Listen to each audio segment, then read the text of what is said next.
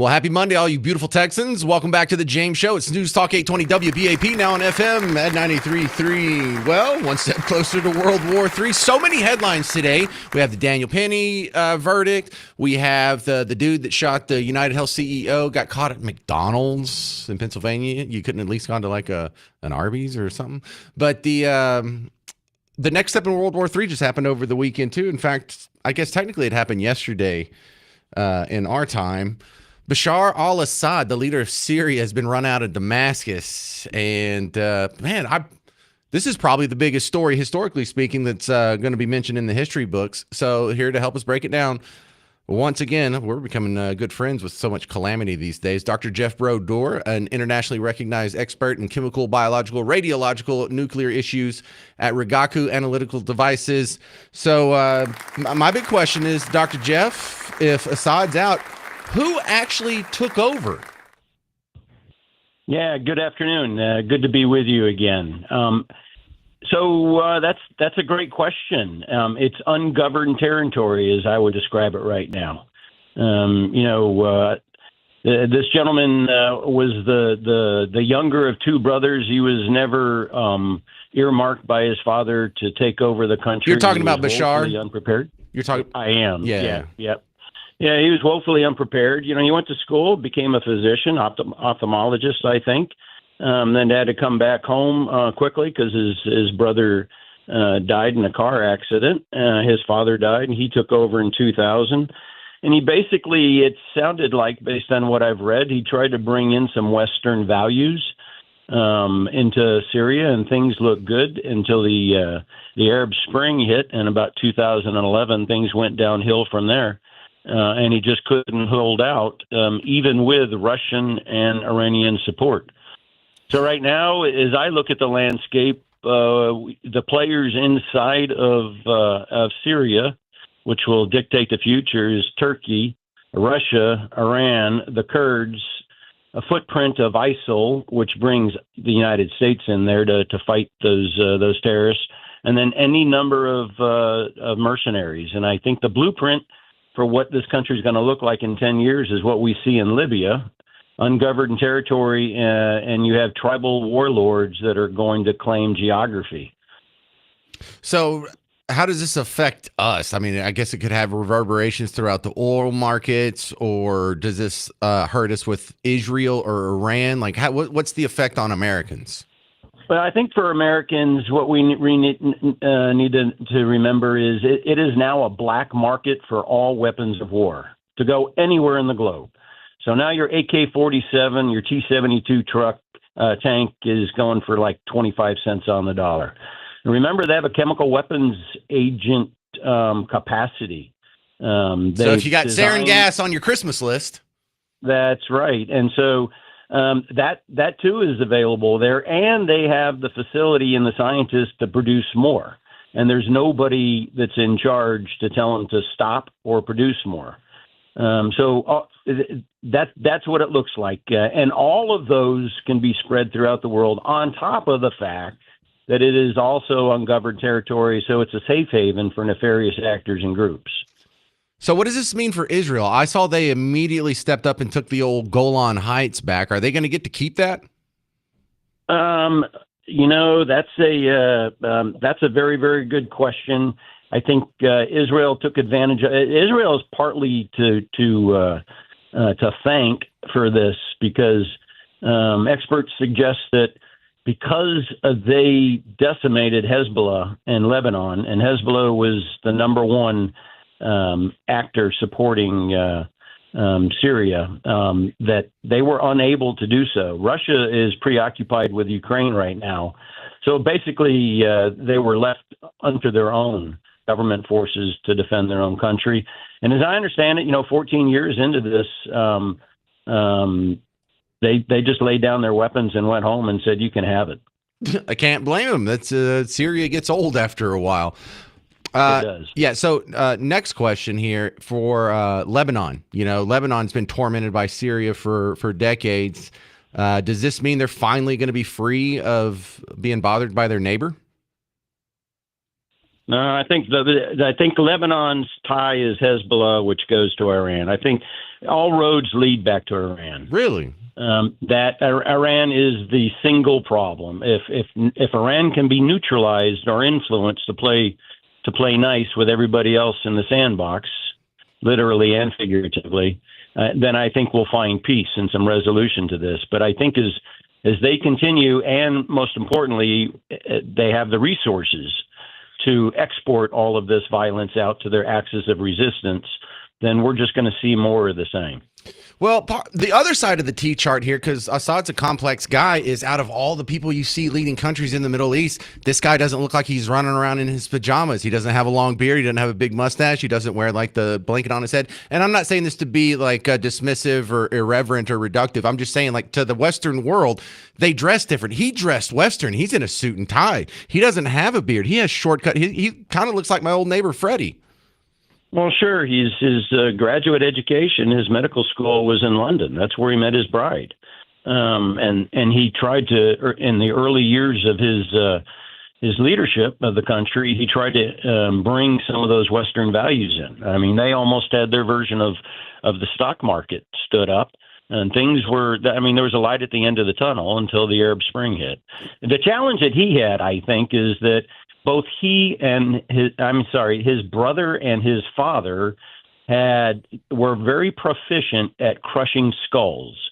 So whenever there was a resistance, they were very adept at going in and neutralizing whatever resistance so that it didn't gain steam. His mistake was he allowed resistance to not only fester during the Arab Spring, but to continue. So he was too nice.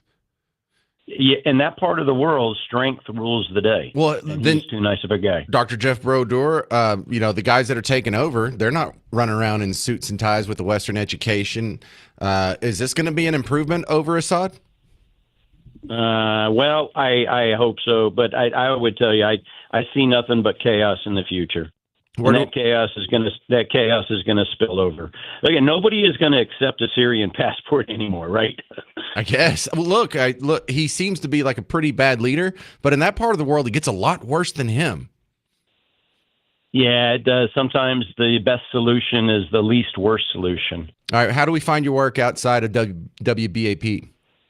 Yeah, so I'm on LinkedIn, the only Dr. Jeff Brodeur. Thank you very much, sir. Thank you, sir. Dr. Jeff Brodeur from Rigaku Analytical Devices. Yeah, so Syria falls. That's pretty big. And I always have like a extra interest in these places that are sort of biblical, because Saul was on the road to Damascus when he had a blinding light and became Paul and wrote half the New Testament. Damascus just fell. Same place. Wild stuff. Glad to keep track of it for you. If you have any comments on that, 800-288-9227. I imagine you'll want to talk about my next topic, though. There's a popular neo-Nazi account that used to be on Twitter. It was doxxed with help from the Texas Observer. Turns out it's a dude in Plano, and he just lost his job at the bank. Okay, if you hate someone so much over politics, you get them fired? Which one's the oppressor?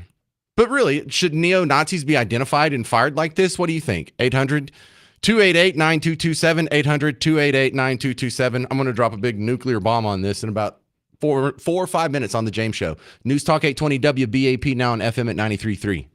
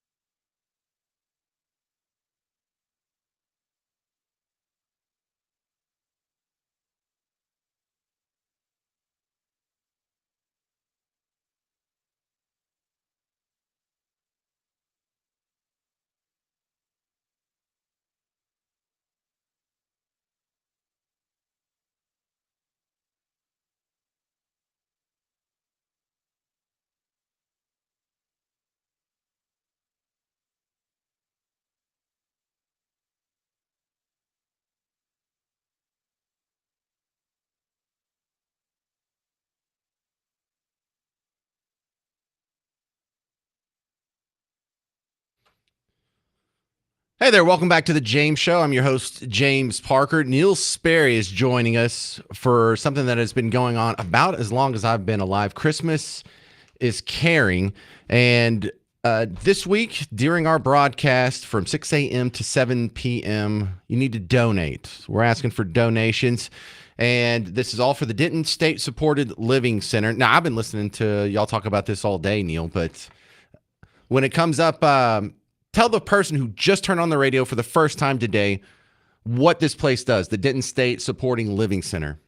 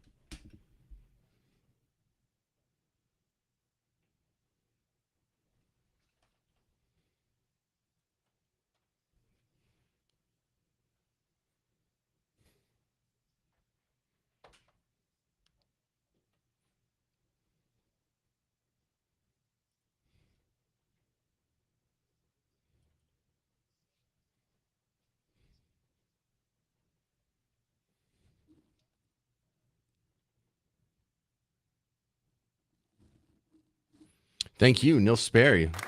Look at that, big name on the show for a good cause, too. We'll be doing this for the next 4 days, so stick with us. We're going to make Christmas good for some people who really deserve it. Also, Christmas is terrible for a guy who really probably deserves to have a terrible Christmas. I saw this floating around social media before I saw a news report on it for like 2 or 3 days. There's like 4 big neo-Nazi accounts, I'm told. I don't know who follows such things. But they got doxxed. Do you know what that means, that new term, doxxed? Does everyone know what that means? Doxxed, you know what it means? So if you have an account online and you're doing something as unsavory as being a neo-Nazi, a lot of times you're not going to use your real name. Why? Because there's negative consequences. People find out who you are. They'll get you fired from your job. So you try and hide behind an avatar and a fake name. And there's ways you can still be discovered. And so after a little bit of an investigation, they uncovered the identities of these 4 dudes. And one of them's in Plano. And not only was he saying unsavory things about people in the normal Nazi fashion, some of them were actually threatening. And so that takes it a little too far. X is supposed to be a bastion of free speech, but this guy had his account suspended. And when someone asked Elon about it, well, I mean, it's not like they called him, but they added him about it. Elon actually replied, I believe it was to being asked about this guy's account. He said the guy made repeated threats, and that's not only frowned upon by X, it's illegal, as it should be. I mean, you can't run around making actionable threats against people. So some people, after they found out who he was, they found out where he worked. They made his boss aware of it, the people higher up at the bank where he works. I don't even want to say the name, but they got him fired. Okay, he's probably a terrible person, and I don't wish anything good happens to him. You know, I hope he gets stuck in traffic. I hope he sharts. I hope his girlfriend breaks up with him. I hope his dog bites him. Got it. He's a terrible person. However, let's look at it from the other way. If I found out there was a Nazi working at the bank up the street, I wouldn't care. I wouldn't call his boss. I wouldn't try and get him fired. If I found out a black supremacist was working at the bank down the street, I wouldn't care. I wouldn't call his boss. I wouldn't try and get him fired. I don't care if you're Hindu. I don't care if you're Muslim. I don't care if you're an atheist or Santeria. I don't care if you sacrifice goats in your backyard. I don't care if you even hate me as a person. If you're like, oh man, I hate straight white Christian males. Whoop-de-doo. Can you break 100? So I don't know. I don't have that gene. However, let's think about it like this. 800-288-9227. If you hate someone based on your politics and get them fired, aren't you the oppressor? Aren't you the one that's oppressing the other guy? Because this comes up on the show way too much. The definition of bigot, look, if right here, Merriam-Webster, or no, I'm sorry, American Heritage Dictionary. One who's strongly partial to one's own group, religion, race, or politics, and is intolerant of those who differ. So which one's being a bigot here? He's not getting you fired. You may think he hates you. He may very well hate you, but he's not calling up the employers of all the minorities trying to get them fired. He's living his own life. Again, I don't like this guy. He's probably a terrible person, but the threat of neo-Nazis these days is pretty minimal. Yes, I know about the Allen shooting, and that's the only reason I don't say it's non-existent. But more people are killed by lightning than Nazis every year in America, even in the year including the Allen shooting. What was that, 2023? That was just last year. So on one hand, yes, this guy made mean posts on X, and you make threats on X, you should lose your account. You're a bad person, fine. I don't mind him losing an account. But all he's doing is following an ideology and a movement that oppressed and murdered millions of people based on their race. But on the other hand, you could say the same about the Democrat Party. Isn't that all in their past as well?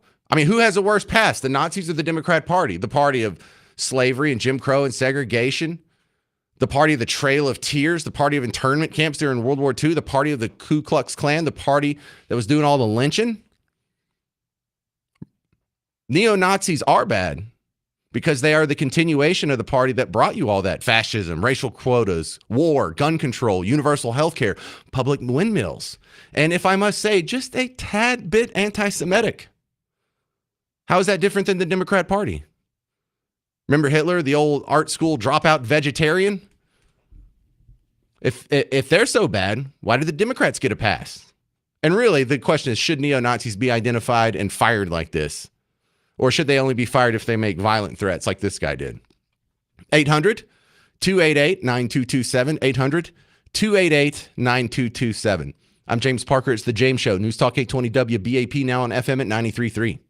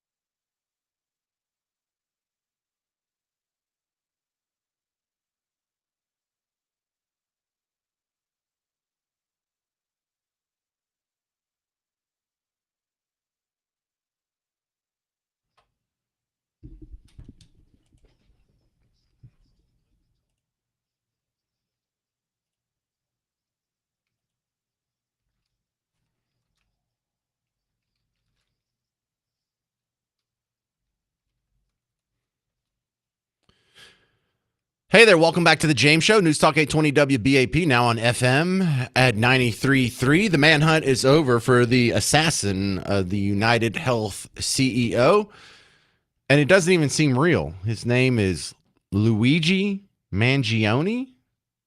What is it? It's like the video game? Like, isn't that Luigi's last name in the video game? Is something like that?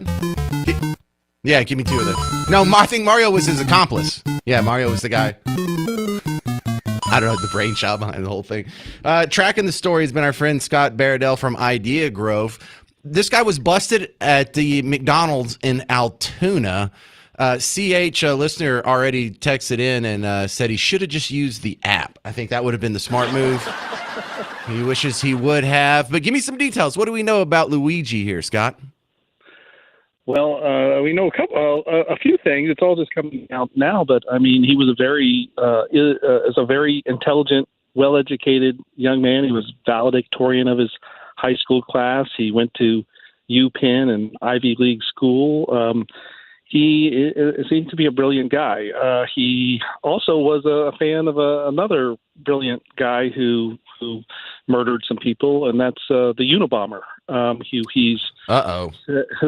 he's praised in his writings as someone who was prescient or saw ahead a lot of problems that society would have, and so he while he condemned his violence, he said that he was a pretty wise person. So. A little full of himself there. So when you say his writings, was this the handwritten document that was found on his person, or did you see some other writings I haven't seen yet? Oh, no. He left a review online about Kaczynski, the Unabomber's manifesto. He did a review of the manifesto. You know, this manifesto that came out when the Unabomber, at the time that he was captured, he's turned in, I guess, by his brother. 35,000 words. It was published in the New York Times and so forth. It generally dismissed as the ravings of a lunatic. But in this case, Mangione said, "Hey, you could call it that, but in looking closely at it, it had a lot of very, important things to say about problems in our society." So he gave it a critical look, and he thought the Unabomber, wasn't all bad, had some decent criticism to say about our society, mainly that technology was destroying it, which is interesting because, Mangione is a technologist. That's what he studied. Well, let's talk about the gun. They're describing it as a ghost gun. Is this something that was assembled from a kit, or was there like a 3D printed aspect? Do we know?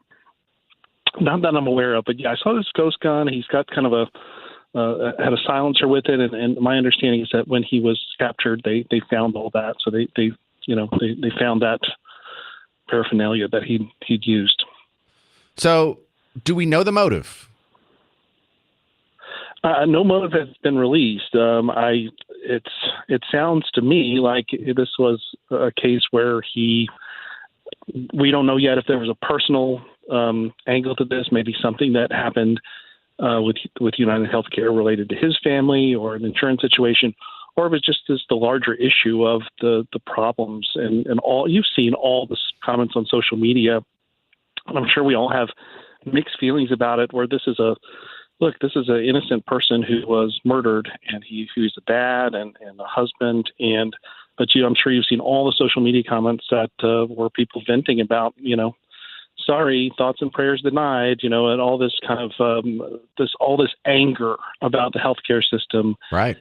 Kind of been unleashed here, and so his motives, I think a lot of people suspect, are tied to that.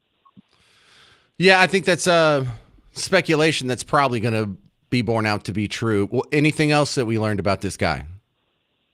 Well, it's all pretty early, but I definitely think that I don't think anybody's going to be going easy on him. I think that it's a blatant murder in broad daylight, and I think you're going to have a lot of people who are out there, saying "Free Luigi" and things like that. But I don't think it's going to go well for him. Is my prediction. But it's all just happening today, so I guess we'll find out. Why did he only go to Altoona, Pennsylvania? Why not leave the country? Why not get the hell out of here? Well, it's interesting. He is. I think a lot of people suspected that maybe he wanted to get caught in a way, in leaving the monopoly money in his backpack and the clues that he wrote on the shell casings of the bullets. Depose, deny. He All thinks of he's a it. hero. I think so. I think that's what the speculation is, and if you're doing this to make a point, ultimately, you're going to want to talk about it. He's obviously written some things that haven't been shared yet, and I think that's all going to come out. I think it's going to be really. I was actually just fascinated by this. I was watching his high school valedictorian address that had been on YouTube, I guess, and he's an articulate guy, and so it could be that he ends up obviously in a way that's been criminal and should not be approved by anybody, but he could be a spokesperson for a lot of people's outrage. We'll see. He's a We'll see. psychopath. Well, absolutely. There's just no excusing it, but you've got to see that literally thousands and thousands of people on social media, despite the fact that this is a person who is a murderer, they're sympathizing with what he did. And so I think there's a larger issue that in some way has to be addressed. If there's that much anger about the state of the healthcare system, could this be something that in some way causes politicians or somebody to do something about it? That's probably optimistic. And it doesn't mean this person shouldn't be thrown in jail for life. It just means who knows what conversation might or change could potentially come out of it. All right. Well, thanks for following this with us. Scott Baradell, tell them about your day job, Idea Grove, and who needs to go to that website. Yeah, I have a marketing firm called Idea Grove, ideagrove.com, and I work with mostly technology companies that need PR and marketing help. Thank you very much. More updates on Luigi Mangione coming up on the James Show. But if you have any theories, comments, anything I missed there, there's a lot of good sleuths out there. Give me a call, 800-288-9227. I'm James Parker. This is the James Show. News Talk 820 WBAP, now on FM at 93.3.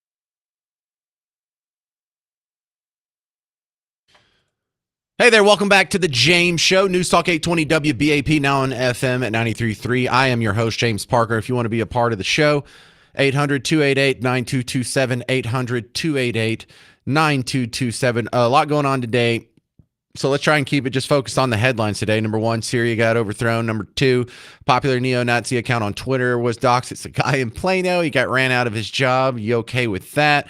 On top of that, we have the probable assassin of the United Healthcare CEO finally in custody after an almost week-long manhunt. And then coming up, I got to talk about the Daniel Penny verdict that came out this morning. But it's that time of year where I get to be a part of Christmas is for Caring, something that's been going on here for 46 years. It's hosted by Neil Sperry, who not only does good things for good people, but can also help you get stickers out of your yard. I have a problem with stickers, Neil. I'll have to ask you about that after the show.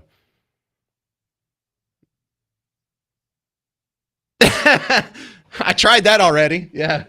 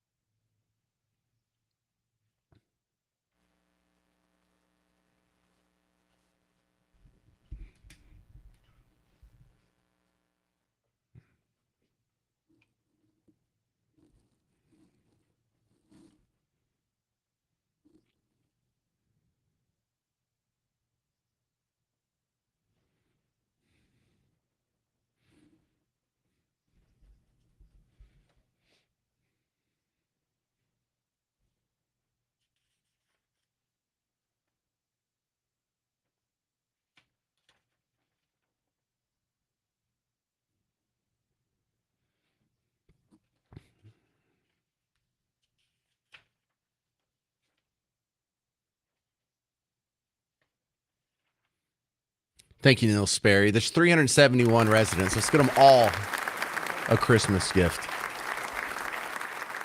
If you want to be part of the show, 800-288-9227. This is Ken in Arlington. You're on WBAP. Your thoughts on the 18 headlines we've got going so far? I'll comment on two. Don't you find it kind of odd that the Marine gets off and they find the killer the same day? They're trading one for the other. Oh, I see what you're saying there. Wow, I find it funny how one guy killed a fellow human being who was actively threatening people in public who are unable to defend themselves. He's the bad guy, but the one where it is just literally a cold-blood sociopathic murder where a guy was just going to work and got gunned down on the sidewalk. That guy is celebrated. Yeah, there's some beautiful double standards that really expose what these people think. Well, at least this way, the state of New York is going to get a guy to know how to cook lasagna and spaghetti and Alfredo. Well, hey, it's all right. We can make all the Italian jokes we want because they're considered white, so we can poop on them all we want. Right, Chef Lord. Yeah, imagine making this many ethnic stereotypes about anybody with a darker skin tone. What would happen? I would probably lose my job, but I can do this all day. I could do Mario Brothers. I could do the coin. We could do pizza. We could do tarantella. No, nothing. No complaints. Isn't that weird? Look at that. No. I get to keep my job. That's so weird. These people are usually against racial stereotypes, especially ones that are reductive and dehumanizing. They're such hypocrites. The race hustlers, they're such hypocrites. In fact, do I have time to play what BLM New York said about Daniel Penny? All right. Well, I'll keep it short. BLM New York, not very happy about it. This was just after the Friday dismissal of the bigger charge. I'm the co-founder of Black Lives Matter Hi, Greater New Nicole. York. I stand here heartbroken because I have to hug a father who knows that the murderer of his son will most likely go free, who has to look in the face of a jury that no matter the facts, no matter the expert witnesses, no matter the people yelling on that train that day to let Jordan go, you will kill him. They will not find a white man guilty of killing a black man in modern day America. This is no different than Jim Crow. This looks like a picture out of the picture book when you look at that anonymous jury. We have baby boomers who were there doing Jim Crow on this jury. We have young people who are looking at Daniel Penny as a hero. And what America is a hero, a killer. Yeah, he is a hero. He was threatening other people, some of whom were black. So you could say he probably saved black lives. And if black lives mattered, all black lives mattered, you'd care about the people he was threatening. I don't know. It's just thinly veiled racism now that you see their reaction to this stuff. If you're a fan of Allison Krauss and Union Station, they're going to be at the Pavilion at Toyota Music Factory May 31st with Jerry Douglas. For more information and tickets, visit livenation.com, or you can text STATION to 800-288-9227 for your chance to win a pair of tickets. That's STATION to 800-288-9227. I'm James Parker. It's the James Show, News Talk 820 WBAP, now on FM at 93.3.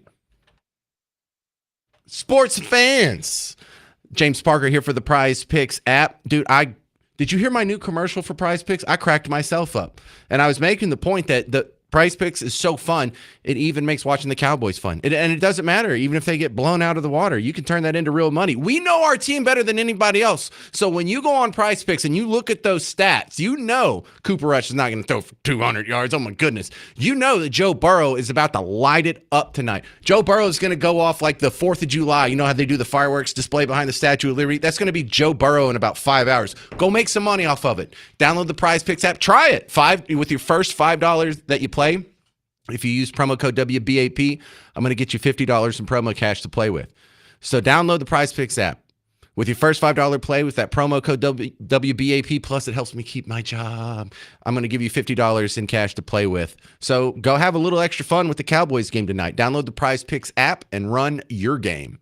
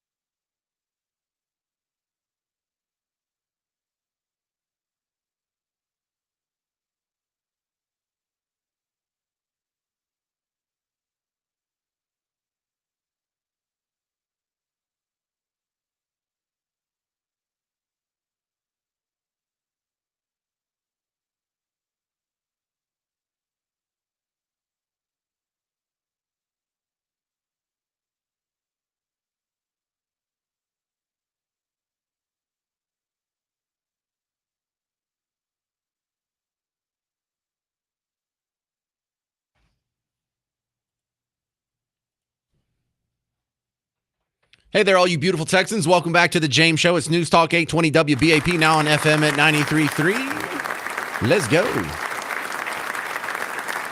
Well, before we get to my next guest, I just want to remind you it's time to seize all the single ladies' wombs. If you are single and of childbearing age, go to the website and let us know what size you want for your Handmaid's Tale costume. Go to blessedbethefruit.org. Actually, I should switch that out. This should be my new ding in honor of Luigi. Jeremy Rosenthal, TexasDefenseFirm.com, back on the James Show. Got a whole slew of legal issues. And can we start with the Daniel Penny verdict? He's been found not guilty. Now, last week he was cleared of the bigger charge of manslaughter. This time it was negligent homicide of some sort. So is he cleared of all charges? He's free. He's done. He's got a civil lawsuit pending against him, but he'll take it. The criminal stuff is done, and he is no longer in danger of going to the clink.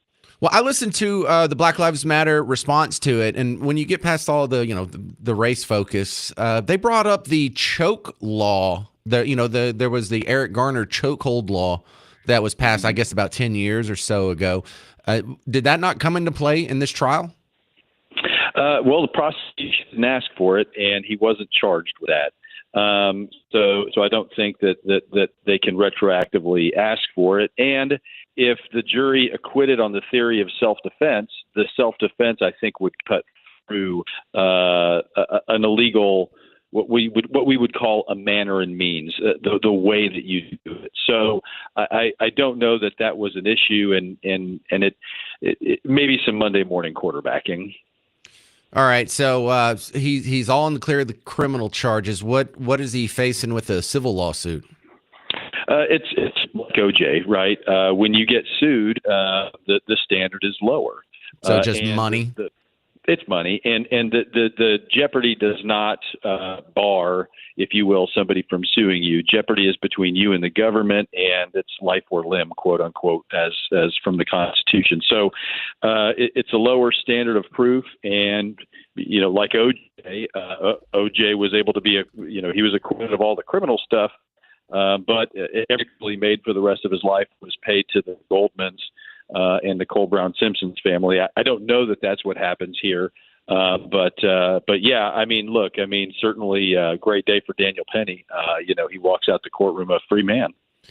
All right, let's go to the other big case that you and I have been keeping an eye on together. Supreme Court hearing the Tennessee puberty blockers, gender affirming care, whatever you want to call it, case. Where are we at on that one? So the Supreme Court heard arguments about that last week or 10 days ago. It's what you would call an equal protection case. And the argument that is being advanced against the Tennessee law. So to back it up and summarize, in case folks haven't been paying attention, Tennessee made it outlawed gender affirming care for people under the age of 18 years old. The equal protection argument brought by the people against basically said, wait a second here.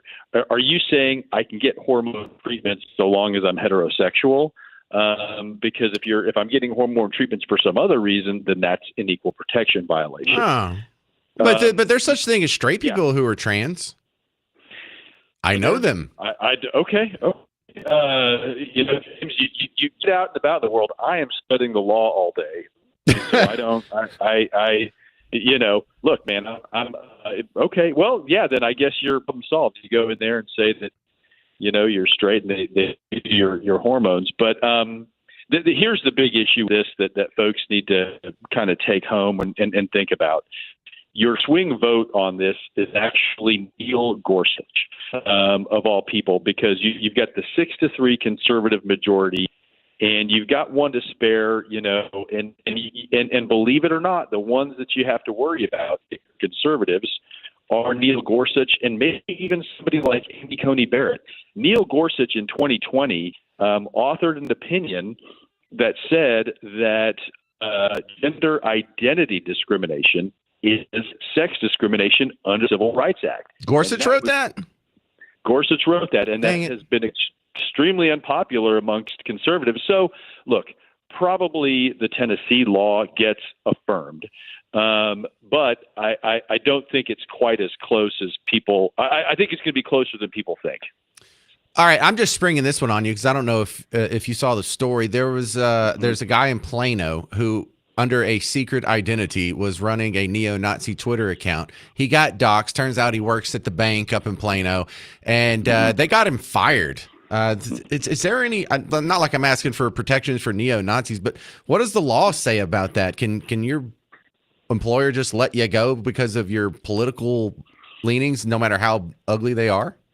Yes, Texas is an at-will state, which means that you can get hired, fired, promoted, demoted for good reason, bad reason, no reason.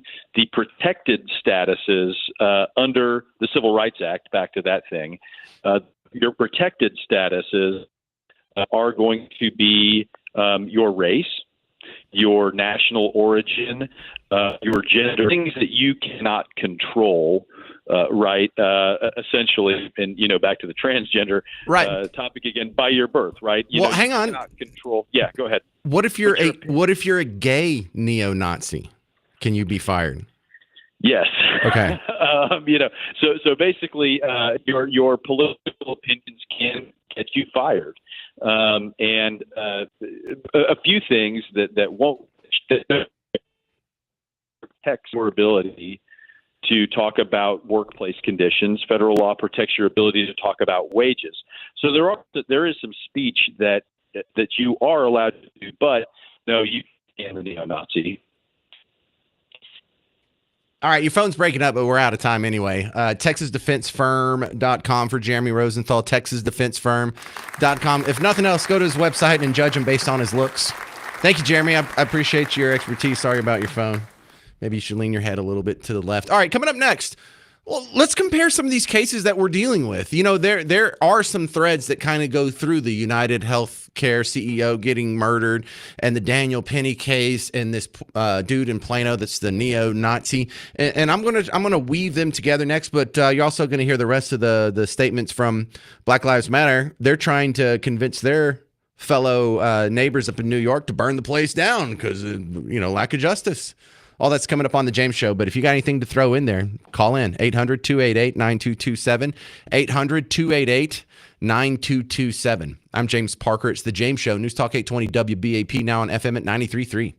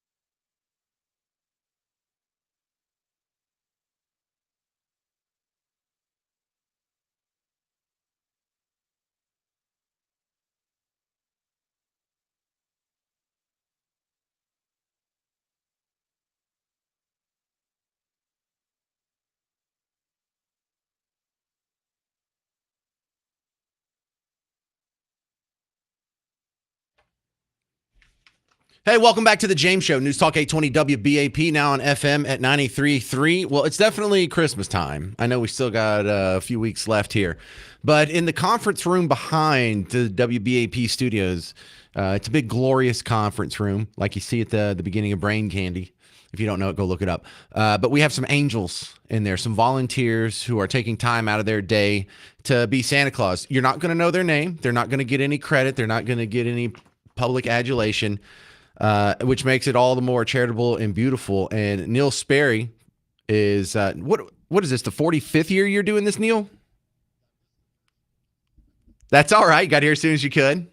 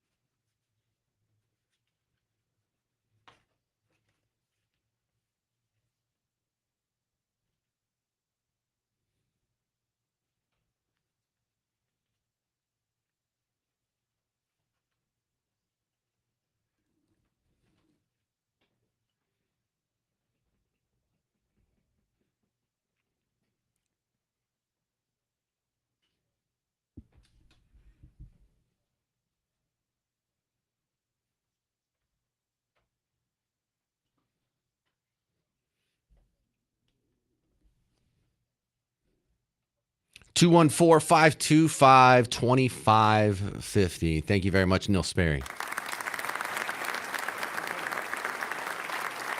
All right, back to something a lot less heartwarming than the angels in the room behind me. The Daniel Penny has now been exonerated on all charges. He walks. He's a free man. And some people are not very happy about that. And look, I'm just going to say what everyone else is walking on eggshells about. This is all about race. It's the only reason this is in the news. How do I know? Tell me a story about where one of your black neighbors killed another black guy that was threatening people in a public place. Does it never happen? Or, oh no, they never tell you about it. It's never in the news. Because, if they reported this evenly, then we would all figure out that, hey, we're not enemies. They're the enemies. These people that are lying to us and trying to pit us against each other, that's the people who we should be focusing our ire on, not, ooh, white people are evil, or, ooh, Republicans are Nazis, or, ooh, all Trump supporters are fascists. Stop it. We're not fascists. We're not evil. We don't hate you. And when we do see racial injustice, we're happy to call it out. I just did a segment earlier about some neo-Nazi that got fired in Plano. No one cares about this guy getting punished. No one cares. No one's calling in to defend him. No one's agreeing with him. We all agreed he's a bad dude, and we're just moving on from there. But for those of you just joining us, let me play the rest of the comments. This is from Black Lives Matter in New York. They're not very happy that Daniel Penny got away after. I don't want to minimize Jordan Neely's death. Every life is precious. Every human death is a tragedy. I got it. But when you go on a subway and you're making active threats against people who are going to be unable to defend themselves against a 20-something guy, and someone else steps up to protect them and accidentally ends up killing the guy, he's not a villain, y'all. And there's no evidence that there was any racial animus involved. There was no racial slurs. He doesn't have any swastika tattoos. There's no evidence that race even came up at any point in this. But that's all some people can see, can't they? I'm the co-founder of Black Lives Matter Greater New York. Kind of cool. I stand here heartbroken because I have to hug a father who... Hang on. She's heartbroken, not because she knows Jordan Neely, not because Jordan Neely was a great guy and this was a big injustice. She's heartbroken because she sees a black guy was killed by the white guy and she wanted the white guy to be punished no matter the circumstances. She's heartbroken because she's obsessed with race. She connects with the black guy, but not with the white guy. She judges people based solely on the color of their skin, not the merits of the case. Not like the jury did, fellow New Yorkers. It's not like this was happening. This isn't To Kill a Mockingbird here. This didn't happen in like rural Alabama. This happened in the hyperest, bluiest, wokeiest place that just convicted Trump on the most trifling of charges. So, they're just biting at the chance to take down a perceived political opposition. Still found innocent. She still can't accept it. And it's all about race for her. Knows that the murderer of his son will most likely go free. Who has to look in the face of a jury that no matter the facts, no matter the expert witnesses, no matter the people yelling on that train that... Yeah, so really the case turns out no matter the facts, you're still going to think you're still going to declare Daniel Penny innocent. No matter the expert witnesses, no matter what the jury says, you're still declaring... You're the one that's not listening to the facts of the case. You're the one that's not giving him a fair shot, letting him have his, air quote, day in court. That day, to let Jordan go, you will kill him. They will not find a white man guilty of killing a black man in modern day America. Derek Chauvin enters the chat. The guy who kneeled on George Floyd. Anyway, I'd come up with like 28 other examples, but hang on, let her continue. This is no different than Jim Crow. This looks like a picture out of the picture book when you look at that anonymous jury. We have baby boomers who were there doing Jim Crow on this jury. We have young people who are looking at Daniel Penny as a hero. He is. And what America is a hero, a killer. He didn't give a crap about Jordan. The medical examiner said Jordan turned purple. Yeah, so you're right. He didn't give a crap about Jordan. He gave a crap about the other people on the subway that Jordan was threatening, some of whom are black. The fact that he acted and stood up and put himself in harm's way to protect black people. You don't see that as a positive? You're a glass half empty lady, aren't you? Because you could easily see it like that. And the fact that he put him in a chokehold or a carotid hold, whatever you want to call it, instead of just beating the crap out of him and killing him, snapping his neck. He could have snapped his neck at any point there. He was trying to do the restraint that would cause the least amount of damage. He was trying to do a restraint and not harm him. He didn't punch him. He didn't beat him up. He didn't grab his head and bang it on the pole. He was trying not to hurt the guy. That's the whole point of a restraint like that. Yes, black people can turn purple when they're denied oxygen. Oh, calm down. So let me throw a statistic at you before I have to step aside here. In the last 10 years in Chicago, 4,000 people, almost exclusively black. And when I say almost exclusively, it runs above 90%. 4,000 people were shot to death, fatally shot.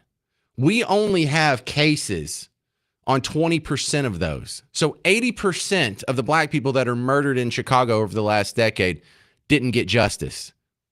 Did you have one press conference for them? Did you have one riot? Did you burn any buildings? Did you block any highways? If you don't care about the killer of a black person getting justice unless it's white, you don't care about black people. You just care about taking white people down a peg. You're a dirty little racist. You're just as bad as that neo-Nazi in Plano that got ran out of his job. Maybe you should be run out of your job. How can we tolerate racism when it comes from Black Lives Matter, but not neo-Nazis? Because they're about two sides of the same coin. 800-288-9227, 800-288-9227. They've gone long past helping black people and just persecuting white people. That's all they've turned into. 800-288-9227. I'm James Parker. It's The James Show. News Talk 820 WBAP, now on FM at 93.3.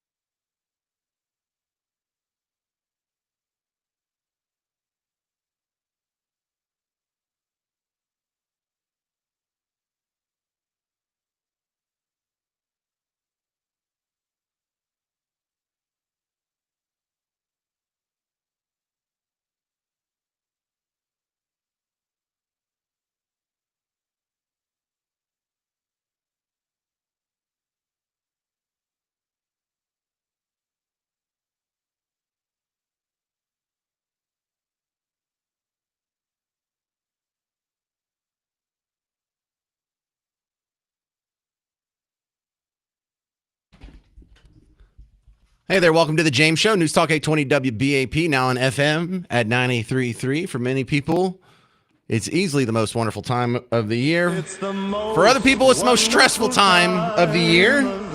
Someone who can help you with that, Sonia Azad. So you were on WFAA before, but I think you're with Merit Media now, the Dr. Phil outfit, is that right? Or did I just see you on there? Hi. Hi. Yeah, I'm a little bit of everywhere. I'm like Santa Claus. No, I'm freelancing, but yes, I'm a contributor across the country these days. Yeah. How are you? Well, look, I'm great. Welcome to the show, Sonia Azad. Now, I am a relaxed guy that doesn't have stress issues, but Miss Parker lives for stress. Hi, Miss Parker. And so just perusing your YouTube channel, I think she would get a lot of benefit because you talk about the stress triangle and you just described my wife. So give that to people for the starter.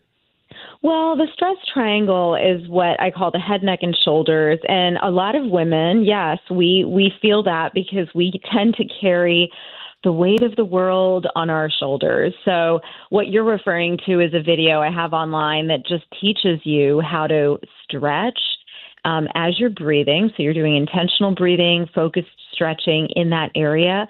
And I'm kind of being a little funny about the women versus men thing, but a lot of men also have TMJ. They clench their jaws. You know, people who carry stress up into this part of the body, we see that they don't breathe fully. They don't breathe to their full lung capacity. And then that creates just a whole host of, like, I call it like a domino effect, right? Because if you're not breathing fully, then you've got parts of the body that should be moving that aren't, and then your organs aren't functioning properly. So we go on and on and on. So I am hearing in this, Sonia, quite a bit of influence from the yoga world. Mm-hmm. So that's my jam, right? That's my background: yoga, meditation, breath work. But you could really call it anatomy and physiology or biology. So how important is exercise? Because I feel like that's an easy way that guys get a lot of stress out is go lift some heavy weights. What about for the ladies?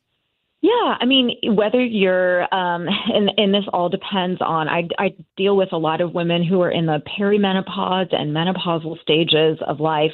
And so strength training is really important for women in their 40s and 50s. And you did that, not me. I didn't hit that button. Don't lie to her. But in addition to strength, mobility and flexibility is also going to be really important. And yes, exercise, whether you're walking or strength training, and whether it's the holidays or not the holidays, I'm always going to say is incredibly important. Move your body a little bit every single day. What is myofascial release? Myofascial release is, so you're exercising the connective tissues of the body. So you talked about guys going to the gym and you get out stressed by contracting the muscles, lifting a lot of heavy weights, right? But then you get these guys who are super tight and they're like, I can't reach back to the back seat of my car to grab, a bottle of water or whatever. I can't internally rotate my shoulder joint. And you hear of all these people who've got issues with rotator cuff muscles and stuff like that. It's because we're not moving the joints in their full ranges of motion. You get used to doing one motion and you keep doing it like that. And without exploring different ways that the body can move, it's kind of like if you don't use it, you lose it. So I go in and kind of help people to find these parts of the bodies that are kind of creaky, that haven't been moving in a long time. And we open up some space in the body. And that is a big time stress reliever too, because it relieves you of truly chronic pain, because what it turns into is stiffness in the body. And it's not pleasant, right? No, definitely not. So what about my secret of the pros is alcohol. Not too much, but it's literally a relaxant. And if you're feeling stressed out, go have about 3 or 4 drinks and you won't be as stressed out anymore. Now, if you're an angry drunk, I would steer you away from that. But for normal people like myself, it works. Oh my gosh. I'm only laughing because you said 3 or 4. If I had 3 or 4, it would be bad. Well, you weigh 90 pounds. So look, there's a difference between mindful and mindless. Like, have I had a glass of champagne in the last week? Yeah, absolutely. Because it is. It's fun. It's festive. You're with friends. You're having a good time. It's joyful. End of story. But alcohol will disrupt your sleep, especially if you have too much. It'll disrupt your digestive system. The reality is, and not to be like the Grinch here, but I know 4 people with active colon cancer right now, and doctors are attributing that. I've been covering this for more than a decade. Doctors are largely attributing that to lifestyle, which includes food, smoking, alcohol, on and on and on, sedentary lifestyle. So this is like worst case scenario, what we're talking about. But that's why lifestyle is not just seasonal. It's not like, okay, I've got to be really good right now and then I can do whatever I want later. You've got to be consistent, especially the older we get. We've got to be really mindful of, how does this food make me feel? Maybe I should just lay off on that, or this beverage, or just go down to 2 drinks instead of 4, or whatever it is. Because the truth is, we love to call ourselves like anti-aging, or all this, marketing around anti-aging, but none of us is anti-aging. We are all aging, and we've got to be mindful of how to do that, so we're supporting all systems of the body. No, I like that part. I hate the people that deny, like, I'm not aging. I'm saying, no, we're all aging. It's okay. Your body's breaking down. You're fine. All right. Well, look, there's a lot of good stress tips in here. A lot of mindful wellness videos. I was flipping through, getting ready for the show. I'm going to show some of these to the old wifey after the show, but how can the guy listening find them? I mean, everything's on the website, sonia-azad.com. You'll see the YouTube channel. You'll see online meditation and yoga classes. Tons of stuff in terms of like information on the blogs. But look, drink half your body weight in water, get proper amounts of sleep, and just be grateful. Every time you eat, every time you sit in your car, every time you put on your clothes or have clean drinking water, gratitude does wonders for the brain. And I think if we can learn to be more grateful for what we actually have, instead of feeling like a lack of abundance, then you're already shifting your brain into a state of pleasant, joyful, grateful being. So you're coming away from that stressful, holiday, miserable, kind of yucky stuff. All right, Sonia Azad, thank you very much for being on the James Show. I appreciate your time. Nice to talk to you. All right, coming up next, terrible story. A young cop in Terrell was shot and killed last night. I'll give you the wrap up on that story and some of the painful details coming up. 800-288-9227, 800-288-9227. I'm James Parker. It's The James Show on News Talk 820 WBAP, now on FM at 93.3.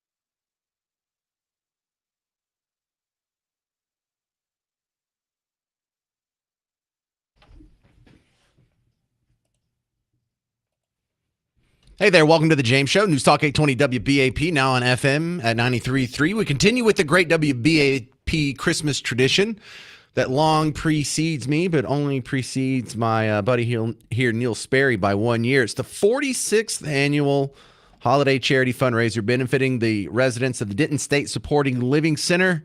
Neil Sperry, we have 371 adults who aren't going to get a Christmas without us. Do we ever get presents for every single one?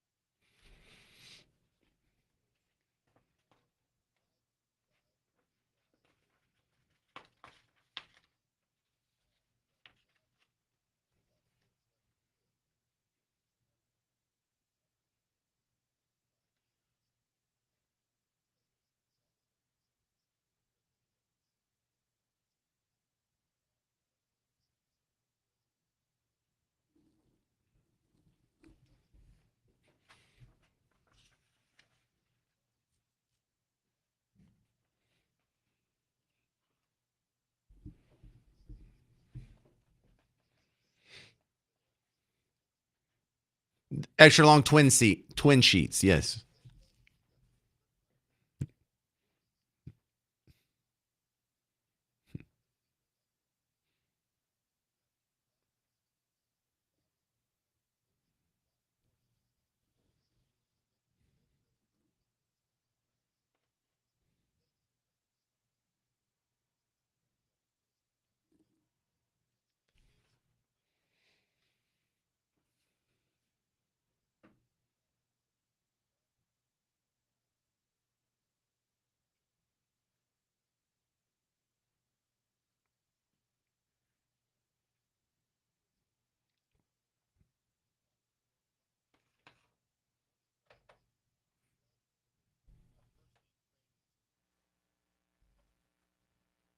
Hey, I might do that. I love programs like this. And look, when it's not the Christmas season, they have ceramics and pottery that are sold in the Impressions store in downtown on the Denton Square. So if you want to support them the other 11 months a year, that's one way you can do it and get some nice pottery and get something for your donation as well. Man, what a great cause. And, you know, it's great to see that the least among us are going to be well taken care of by their fellow neighbors who are not going to get any credit for it. You know, that's one of the things that makes charity is the anonymity factor. There's like 8 people in the conference room behind me taking calls. You don't know their name. And that makes it more noble, because if you did know their name, if you were doing charity and making it public, now you're just doing PR. That's the cost of public relations. You're doing this to make yourself look good. But the people that have donated every year to these 371 adults with disabilities, you don't know their name. They're not going to get credit for it. They're not even going to get their name in the program at the football game. Nope, they're just doing it for the right reasons, and that's what makes it so special. Sorry, I don't want to get choked up here. Look, overseas, we have what is probably going to be considered one of the biggest stories of the year. Even though we had an election, even though we had a candidate get his ear shot off, even though we had the Hunter Biden pardon, even though we had a candidate drop out, this is something that is going to, or could be even bigger than it sounds right now. Syrian rebels yesterday morning stormed the capital of Syria, Damascus, and President Assad took off. He got on a jet. He went to Moscow, and he's like, forget it. It's over. Not worth it. Now, this guy has been in power for 24 years, but his dad was in power for like 35 years before that. So this is like a 70, 71 year, Assad dynasty. It was just a dad and his son. But while I agree that Assad probably not a good world leader, it definitely gets a lot worse than that. Assad was the guy that ISIS was trying to overthrow all those years ago in 2010 and 2011. Trump came in and wiped him out, but that's who they were fighting against. Now, Assad, definitely a friend of Russia, but this is a situation that I feel sort of parallels the Ukraine situation. Maybe both sides of this suck. Maybe both sides of them are terrible, and We don't need to get involved in it because either way, we're going to be supporting a bad actor, But I try and be optimistic. But as far as Middle East dictators go, this is a guy who ran around in a suit and tie. This is a guy who has short hair. He doesn't wear cloth on his head. I'm sorry, I don't remember what that's called. I really am just a bumpkin. But he's a guy who was educated in the Western world. He's a guy that speaks English, some English. Have you seen him? He looks like your neighbor. He looks like he could be an American. Anyway, he's gone now. And even though right now it's not ISIS that has taken over, this could open the door for ISIS. And this could also open the door for Assad to go back and finish optometrist school. Strangely enough, it's a weird world we're living in. 800-288-9227. 800-288-9227. Coming up next, we're going to talk to a healthcare whistleblower, Dr. Brian Ardis, on the James Show and get his take on the killing of the United Healthcare CEO and then the suspect that's now in custody. What does all this mean going forward? I'm James Parker. It's the James Show. News Talk 820 WBAP, now on FM at 93.3.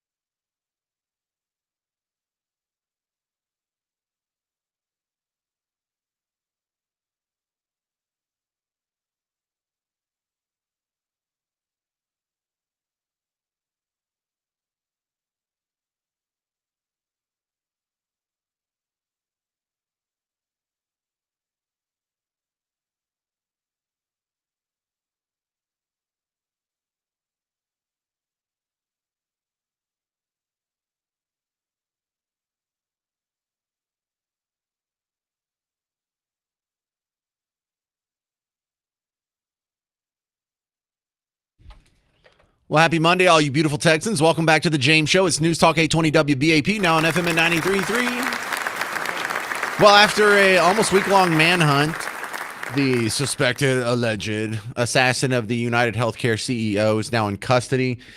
For some reason, he was caught at a McDonald's in Altoona, Pennsylvania. All right. That's a hell of an escape plan you got there, buddy. You got busted over some chicken nuggets? Okay, whatever. But one of the undercurrents that you've noticed, especially on social media, is how many people were cheering this guy on. Okay, that's a little sick. I understand some of you aren't happy with our healthcare system, but murdering CEOs, that's probably not the quickest way to solutions. My next guest, Dr. Brian Artis, probably has some strong opinions on the matter. He's a healthcare whistleblower, and we'll tell you about his book. But Brian, when it comes to these healthcare CEOs, healthcare companies, I have a little bit of sympathy for them because they are operating with some very narrow, strict regulations. There's not a whole lot that they can do different in my observation. Yeah, very good point. So big news. You are correct. A guy named Luigi Mangione has been arrested or apprehended in Altoona, Pennsylvania at a McDonald's of all places. My very first thought was, McDonald's sure is getting a lot of press in the last couple of months with Donald Trump working at the drive-thru, and now somebody who took out. Oh, wow, you're right. Yeah. Somebody apprehended at McDonald's again. I'm like, wow, McDonald's is getting all kinds of press here. It's amazing. Look at that. Well, and look, I kind of want a quarter pounder all of a sudden. That's so weird. It's crazy. It's crazy how this guy got busted, though. Some stone guy at the drive-thru window recognized him. That is exactly what was pointed out. So suppose he's a 26-year-old young man, and supposedly on him was what's called a ghost gun, some type of gun. Ooh, it sounds so scary when you use the term ghost. I'm scared. That's exactly what Fox News is reporting, a ghost gun, which means it has no license, it has no traceability because it was manufactured supposedly by a 3D printer that this guy must have owned. But they found a silencer, and they also found notes supposedly on him at the McDonald's while eating his chicken nuggets, like you referenced, of thoughts written on paper of being highly critical of the United States healthcare system. So that's what all was discovered supposedly this Monday in 2024, which was very exciting. Well, however, I am not okay with anybody murdering other CEOs. I don't think it's a good idea. Yeah, so there's a logical paradox here that not just I've noticed. I've heard other people say this before I got a chance to run to the microphone. But for the people who are cheering on this murder, you think that the private healthcare companies are so god-awful, they're so evil, they're so murderous, they're so unfair that you shrug off their CEO being murdered. Why did they support Obamacare, which mandates everyone buy this terrible product? 100%. It is a horrible product, Obamacare's health insurance policies. So let's just talk about that a little bit. Why would anybody, even if it becomes true and found out from this investigation of this guy named Luigi, let's just say for the sake that they do discover that he has either ties to an individual or a relative or someone close to him who had a United Healthcare policy and had a claim medically for some kind of procedure. And United Healthcare decided to deny the claim.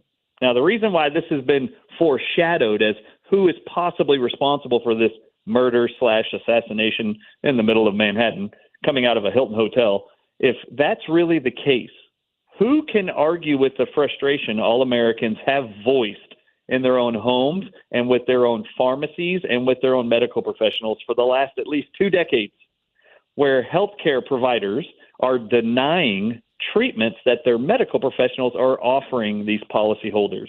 And unfortunately, for the last at least 10 years, United Healthcare has sucked the most for all of the largest healthcare providers of insurance for Americans. They've had the worst claim coverage percentage of all claims that have been mailed in by medical providers who are doing or offering healthcare to their policyholders. They're actually twice as bad as the next highest. The industry average is 12% denial on all claims annually for Blue Cross Blue Shield and all other companies. When you get to United Healthcare, it has been rumored for years that they actually deny immediately 32% of all claims that are submitted. So how many families of loved ones who needed a prescription and were denied at the pharmacy when they went to get it by their healthcare coverage, who isn't frustrated by that? Who isn't frustrated by paying premiums every month taking money out of your checks every month, paying high amounts on deductibles, only to find out later your procedures that you are expecting the healthcare to provide you is now being denied by your healthcare insurer. This has been a massive concern by a lot of medical professionals, clinicians, and the lay people alike who carry the policies. Yeah, and that was the tough part last week when we found out about the murder. When the question comes up with any murder, well, who could have a motive to kill this guy? Probably a million people. A whole lot of people, I guarantee you. In fact, what was found on a casing, supposedly at the site, was a bullet casing that had 3 words on it: delay, deny, depose. Now, that gave the illusion it must be a policyholder, because to delay payment on claims is an age-old tactic of all healthcare insurances, whether it's auto or personal health. They will always try to delay payments out, but are very eager to punish you if you don't pay on your monthly premiums as expected. So the delay reference, the denial reference, knowing United Healthcare does deny up to 32% of all claims submitted by policyholders, this really could be related to some upset.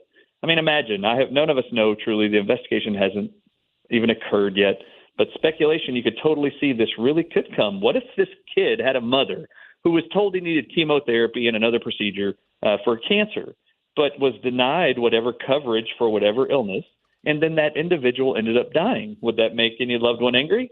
Of course it would. But does it actually warrant or say, we condone some kind of action to go murder the CEO of that company? No, I would never condone that, nor do I believe anybody listening would you condone that either.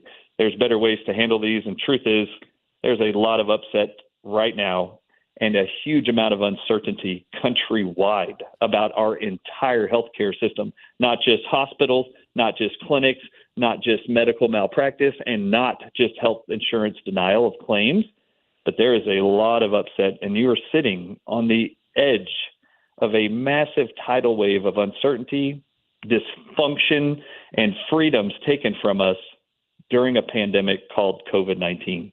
So you're just sitting on a very high edge. Everybody's on edge around the healthcare system, the political environment in America right now for the last 4 years, because truly never were our freedoms threatened so much. Every individual for the last 4 years, over the last 400 years here in America. So there's a lot of speculation of what's going on and a lot of published upset, doubt in science, medicine, and healthcare right now. And this just adds fuel to that fire. All right, Dr. Brian Ardis, now we tell them about your book, Moving Beyond the COVID-19 Lies, Restoring Health and Hope for Humanity. So the book, who is this for? Who needs to read this? This book is for everybody who's actually concerned about what illusions, what things were promoted to them and marketed to them for the last 4 years. There will be a rinse and repeat of the pandemic episode that you just saw called COVID-19 with a future 10 different pandemics that are declared already by the likes of Gavi. And you can go to his website, vaccineswork.com. They've already announced the next 10 pandemics, leading with the bird flu, which Newsmax just published, is expected to be 100 times more deadlier than COVID. Sure it is. This book is for you, because the truth is the only people that died from COVID were those in the hospital receiving ill-advised and bribes on toxic drugs called remdesivir, for example, during COVID. And then the majority of people who died or have had massive injuries after getting COVID are those who were vaccinated for COVID. And there is currently a list of 200 medical diseases and symptoms our government just compiled into a document and are calling these symptoms long COVID. Anybody out there struggling with loss of taste and smell, heart conditions, mild depression, dementia of any kind, inability to manage your own blood sugar, having blood clotting problems, this book is for you.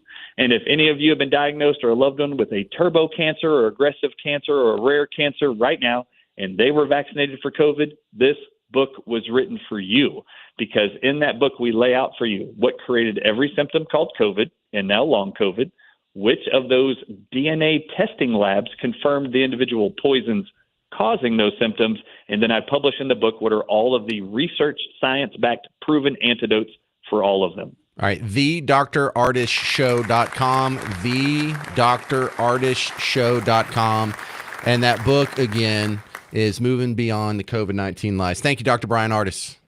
You're very welcome, Garrett. Have a blessed week. Yep, that's, he called me my producer's name, James. Garrett is the guy who sets you up. 800-288-9227. 800-288-9227. That's all right. Happens all the time. Hey, coming up in about 20 minutes, I'm going to be giving away a couple of tickets to see Boys to Men on Dead or Alive. 800-288-9227. I'm James Parker. It's The James Show. News Talk 820 WBAP, now on FM at 93.3.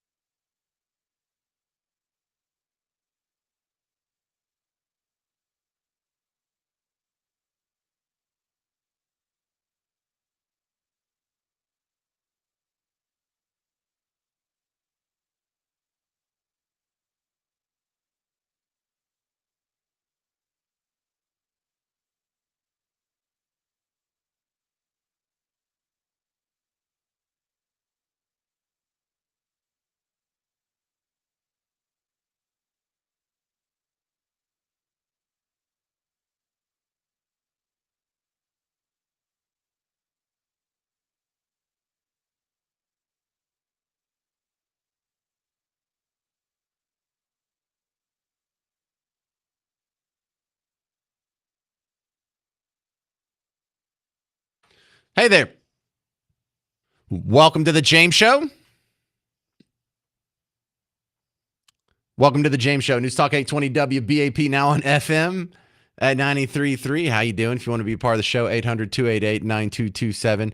800-288-9227. A big flurry of headlines, some of which just popped off right before the show started. The two big ones, if you haven't been listening to talk radio all day, you've been busy being productive or whatever that's like. First, we finally got a verdict on the Daniel Penny case. We were kind of expecting that this morning, and it came down. He has now been cleared of all charges. Boom. Yeah, so last week they were deadlocked on the bigger charge of manslaughter, and they got the lesser charge knocked off now too. We had Syria get overthrown yesterday morning. We have this guy in Plano who lost his job for being a neo-Nazi. And we're still waiting on the one headline that hasn't dropped yet is the Supreme Court case in the Tennessee child trans case. We'll keep an eye on that for you as well. We're also keeping an eye on a great Christmas tradition here at WBAP. This is the 46th annual holiday charity fundraiser for the Denton State Supported Living Center. And it's a fundraiser hosted by the great Neil Sperry. You've heard him for years, and you've done this 45 years, huh, Neil? I right.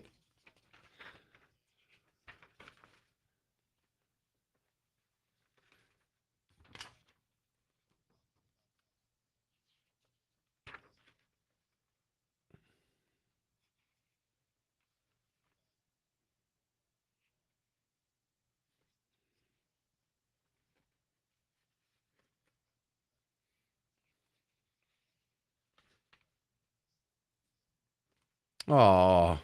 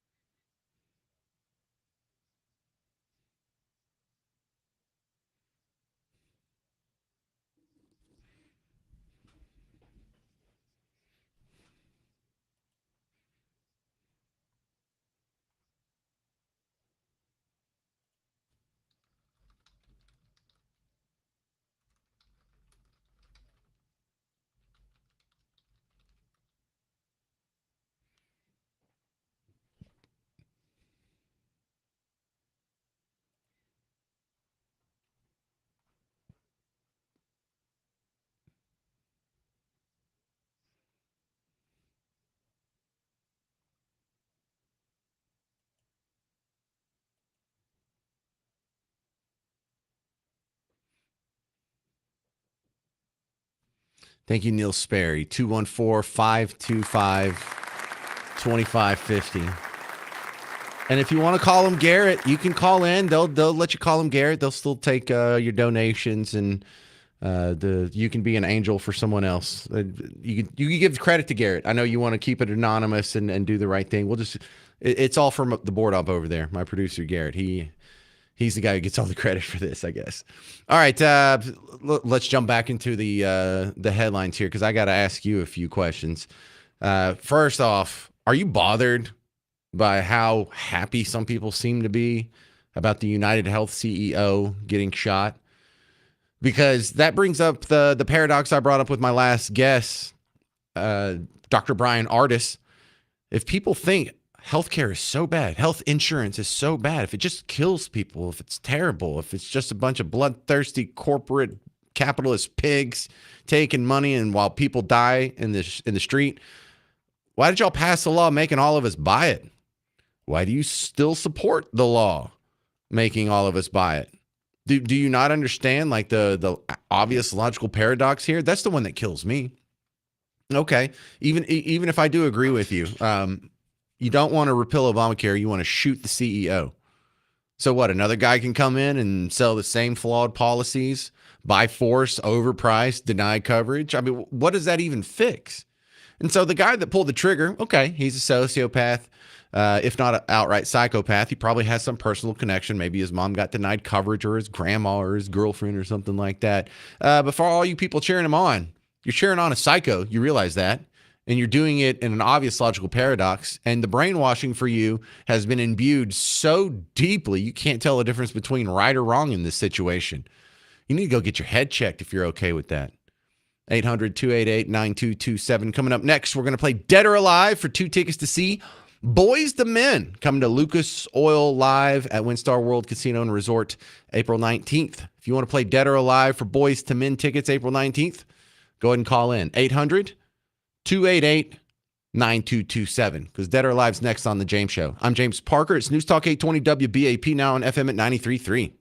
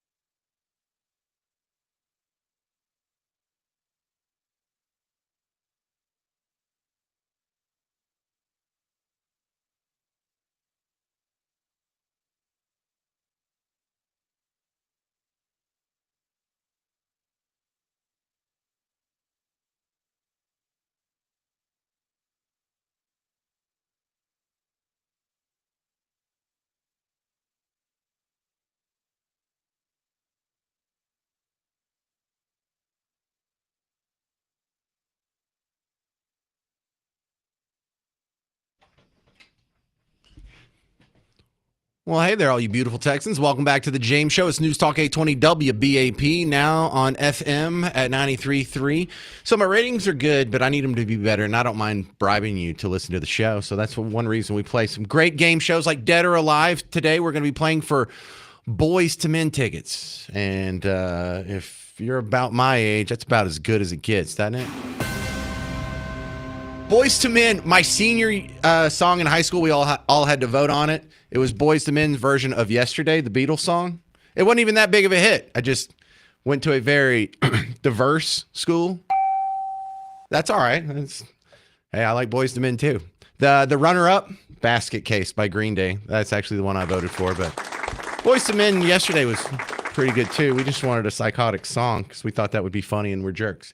So let's go ahead. Let's play some Dead or Alive. Hit the theme, Mr. John.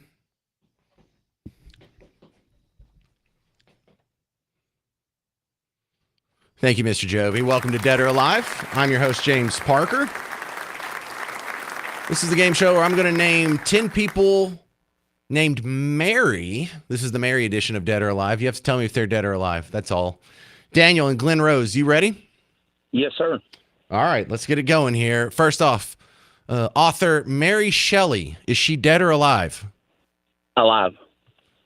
Dude, she wrote Frankenstein. Hang on. You're not a literary guy, are you? No. All right. No. That's all right, Daniel. I wish I could give you some tickets.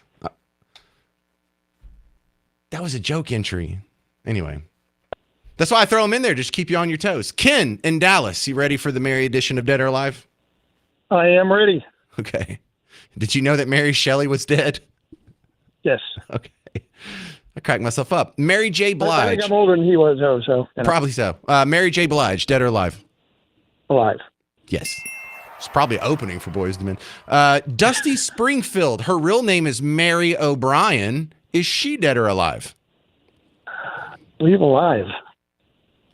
No, I had to look it up. She's dead. Oh! Oh, well. I know. I didn't know Dusty Springfield was a Mary. I had to look up a bunch of Marys today. Thank you, Ken. Don't hang up. I'm just going to put you on hold. We'll cycle through if these guys are going to be falling all over themselves. Larry in Mansfield, you're next up on Dead or Alive. You ready? Yes. We are down to Mary Chapin Carpenter. Do you know Mary Chapin Carpenter? Yes. Saturday night and the moon is out. Is she dead or alive? Alive. She is alive. Mary Tyler Moore, dead or alive? Dead. Mary Todd Lincoln. Dead. Yeah, okay. That was another tricky one in there. Theresa May, the former Prime Minister of the UK, her middle name's Mary. Is she dead or alive? I'm dead. No, it's just she just got him out of power like 2019. Hang on. D in Dallas, you ready for Dead or Alive? Trying, yes. All right, we finally got a woman on the Mary edition. Mae West, her real name is Mary Jane West. Is she dead or alive? Dead. Yes. Mary Hart, the longtime host of Entertainment Tonight. Is she dead or alive? Alive. She is alive. And finally, for the Boys to Men tickets, Mary Louise Weller. All of the guys in your life know her as Mandy from Animal House. Is she dead or alive? Dead. God damn it. Oh, no, she's alive. Oh, you said alive? Oh, I thought you said dead. Oh, okay. Well, there we go. Well done, D. All right. D just won 2 tickets to see Boys to Men. Don't hang up, D. Garrett will get your information, email you some tickets. They're going to be at Lucas Oil Live at WinStar World Casino and Resort on April 19th. I know I have to say all that. It's going to be at the WinStar Casino, okay? April 19th. They just make me say the whole name because, I don't know, maybe Lucas Oil paid a lot for that naming rights. But for more information for the rest of us plebeian hordes, if we want tickets, we got to go to winstar.com. Winstar.com. Oh, and if you have a recommendation on a name, you know how I've started doing when we do Dead or Alive, we do editions. There was the James edition, the Elizabeth edition. We did like the Bob edition. You can nominate something. I don't mind getting your feedback here. Send an email to james@wbap.com, or you can send me a Facebook message. That's by far the most common way people get in touch with me, which kind of cracks me up with all the technology we have today. We're all over Facebook, I guess. Everyone loves Mark Zuckerberg, which is fine. Whatever.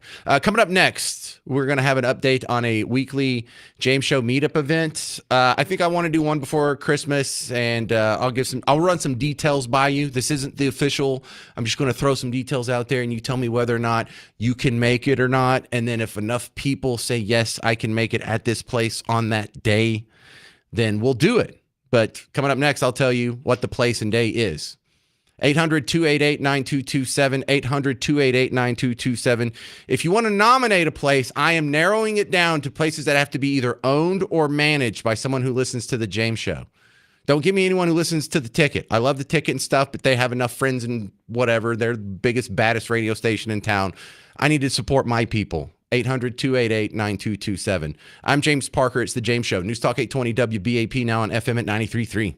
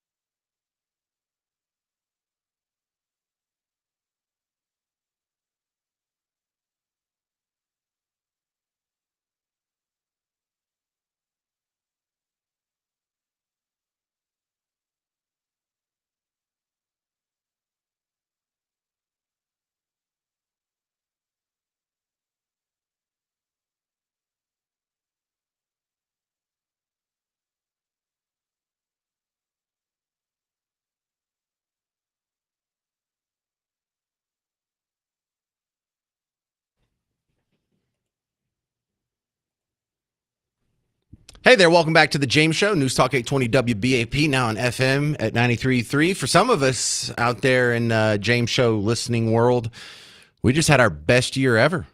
For some of us, we're doing great. We had a lot of struggles, but things are finally looking up, and it's not a good time to forget the people that are still struggling. To help with that, we're continuing a WBAP Christmas tradition. Christmas is for caring. A benefit for the Denton State Supported Living Center, and hosted by one of the most popular guys on WBAP, Neil Sperry. If you want to donate, 214-525-2550, 214-525-2550. Now, this is going to be during the broadcast, obviously, all the way up until 7 o'clock. So even when you hear Mark Levin on, I know it's not a local show, but there's still going to be the volunteers in the conference room behind me. There's like 8 people there taking your calls right now. And we're going to be doing this just for this week. And then we'll get it all wrapped up and the gifts delivered by this Sunday. And hopefully 371 adults with disabilities will get to have a Christmas. Look, they're at a state hospital. State can keep them alive and keep them active and take care of them, but the Christmas just isn't in the budget for these people, and it's not going to happen for them unless you make it happen. But we have a great history of making it happen here on WBAP. Let's not let them down this year. 214-525-2550. All right, updates. I shouldn't have even opened my mouth about this. Now people are asking. I'm trying to set up a weekly James Show meetup event, and I imagine it'll probably rotate around the Metroplex. But I want to clock one before Christmas, and this comes because people are very nice, and they say, "Hey, you want to meet up for a beer after work?" And it's like, well, actually, I would like to, but if I meet up for a beer with you, then I have to meet up for a beer with everybody, and then I don't have any days. So if we can just all kind of consolidate on one day a week, I can get the rest of my schedule, and I have a family and job and stuff. So I think the most promising reach out I had was from a place called Richardson Bar and Grill. It's like RGB, but RBG. Anyway, Richardson Bar and Grill. They actually listen to the James Show, and they're big fans of WBAP. They're at Campbell and 75. They're at 1411 Campbell, which is not even a mile east of 75. So Campbell and 75. So that's kind of centrally located. How does that work out for you? They have pool there. They have darts there. I saw on the website. The big old bar. They have a nice parking lot. They have quite a bit of room. So if 20 people will send me a message saying, yes, I could be there. And what day? I'm looking at next Tuesday, December 17th. I wanted to do Wednesday, but a couple people, I think 3 people said, well, I got church on that day. Really? You have church at 9:30 at night? You can't just come out and have a beer? But whatever. Well, I'm looking at next Tuesday, December 17th, Richardson Bar and Grill. Campbell and 75. Now that you know the day, the time is just going to be after the show. I'm going to put up the podcast and go over there. So, I don't know, 6, 7? Let's just say 7. Next Tuesday, December 17th, 7 p.m. Would you come out to the Richardson Bar and Grill at Campbell and 75? If 20 people say yes, I go, we'll do it. Okay, so send me an email, james@wbap.com, or you can send me a Facebook message, Instagram message, message on X, like a direct message on X.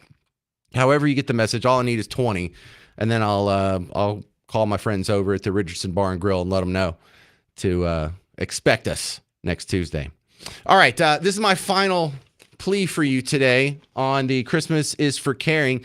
Neil Sperry, how are we doing so far? Do we have the 371 adults covered yet?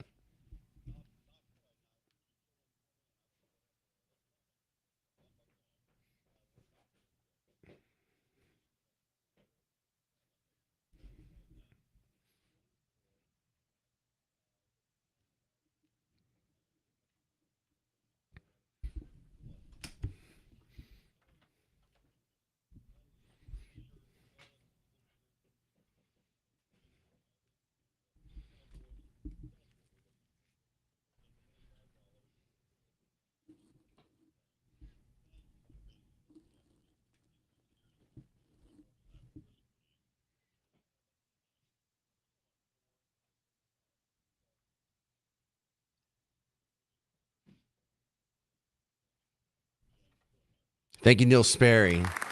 And that does make you feel kind of good. I feel like we're in sort of a showbiz, narcissistic, self-absorbed industry here. Hey, everyone, listen to me. I'm going to talk for 3 hours, and you're going to be entertained. It's a really egotistical, pompous idea, being in TV and radio and whatever.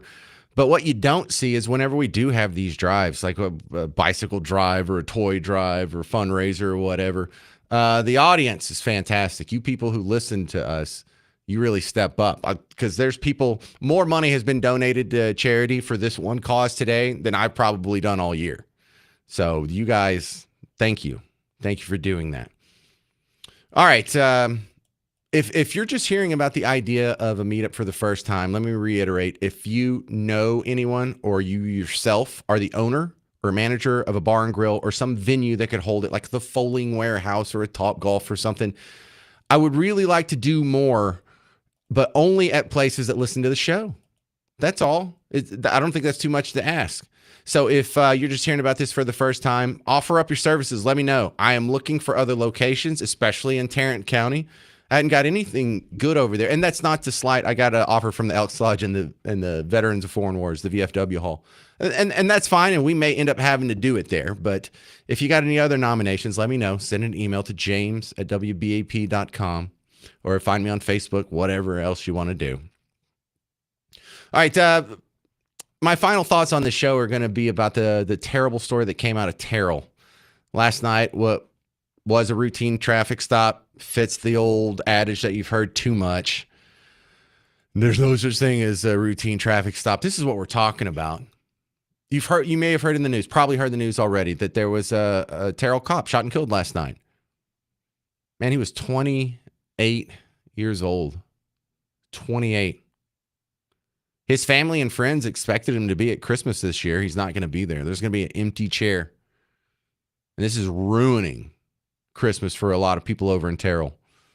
But also, none of his family and friends expected him to be gone, before age 30. When you have your friends that you're in high school with, when you have your family members that you grow up with, or even your college buddies, or this guy I used to work with, you don't expect him to die. And, some of these people just saw him last week with it. We just saw him at church on Sunday. Well, we just saw him at the kids' soccer practice on Friday. You never know how much time you have, and you never know how much time the people around you have. And one of the surprising parts about being my age, I'm almost 50 now, I'm 47, is I am absolutely shocked about how many people around me have already died. I guess I was a little too optimistic about this, but between car wrecks and cancer and suicide and my few friends who died suddenly after the COVID jab, there's a handful of overdoses in there. I bet about 10, maybe 20% of my high school classmates are already dead. And I know this sounds a little morbid, also kind of thoughtless and hacky, but every day could be your last. This guy did not know yesterday was his last day on earth. And I'm not saying make sure you have your will and powers of attorney and whatever. You got your estate plan set up. No, I think of, we had a sales guy that passed away shockingly just a few weeks ago. And his last words to me when he was getting off the elevator, I saw him like the day before he passed away. He just said, "Hey, man, I've been listening to the show. You sound great. Keep it up." Now, I'm not some wilting flower here that just needs the nice words so I have some self-confidence. The point is the last words he said to me were encouraging. They were positive, and he spent his time trying to build me up and encourage his coworkers. And that's the last thing he said to me. What a great legacy. Make sure the last thing you say to people that you care about is something positive like what Dean said to me. I think that's the big message here. And we'll all forget about this guy, and we'll never think about him again. And there'll be some other cop that's shot in a few months, and we'll have a big to-do about him. But in the meantime, all these little interpersonal relationships that you have, that's all that really matters. Not your job, not your car, not which kind of phone you have. What's the last thing you said to someone? What are they going to remember you for the rest of their life, even after you're gone? Just remember that. I'm James Parker. This has been The James Show. News Talk 820 WBAP, now on FM at 93.3.